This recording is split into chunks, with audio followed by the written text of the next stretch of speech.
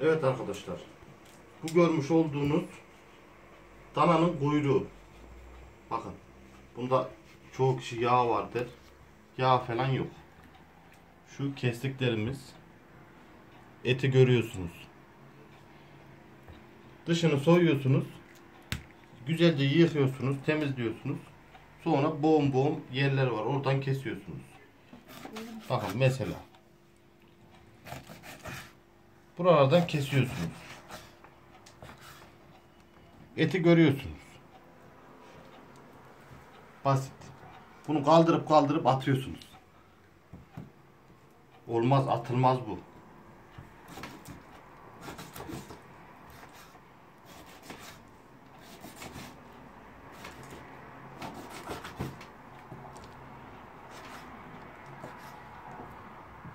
Bunları toplayacaksınız.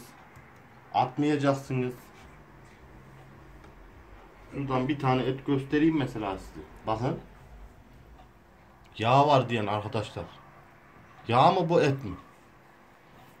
Herhalde öğrendiniz değil mi? Boğum boğum.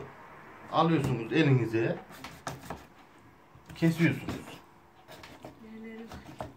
Tabi arada bir yerlerini kaçırıyoruz. Bu kadar yeter.